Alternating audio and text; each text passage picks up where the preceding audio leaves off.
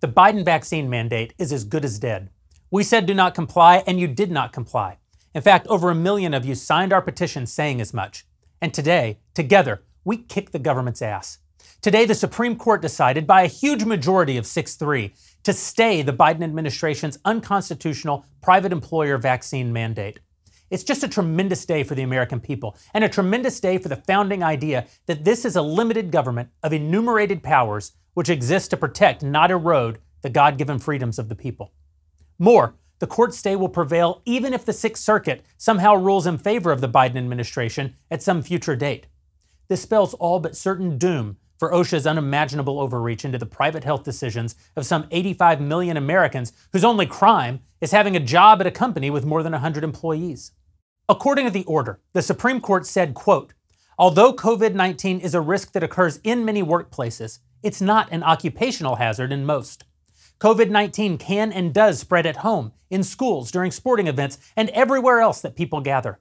That kind of universal risk is no different from the day-to-day dangers that all face from crime, air pollution, or any number of communicable diseases.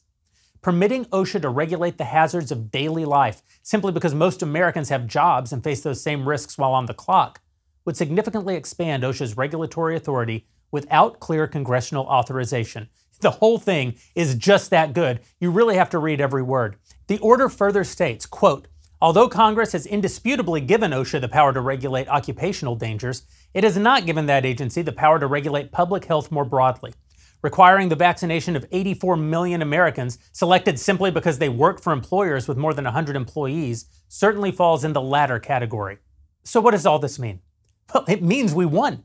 It means we're still free. It means the complainants, beginning with the Daily Wire, who brought the first-in-the-nation lawsuit against the mandate, and the nearly 60 other complainants, including the Federation of Independent Business and a coalition of states who were invited to give oral arguments before the court, have prevailed in our application for injunctive relief. And it means that for today, and very likely forever, Joe Biden's attempt to turn private employers into the enforcement arm of his federal vaccination scheme will not be implemented. The scope of just how badly we beat the bastards is hard to overemphasize.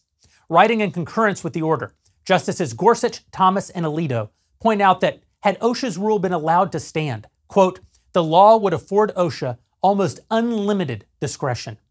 Says the concurring opinion, quote, the question before us is not how to respond to the pandemic, but who holds the power to do so. The answer is clear. Under the law as it stands today, that power rests with the states and Congress, not OSHA. If the court were to grant such emergency powers, say the justices, declaration of emergencies would never end, and the liberties our Constitution's separation of powers seek to preserve would amount to little. Total victory.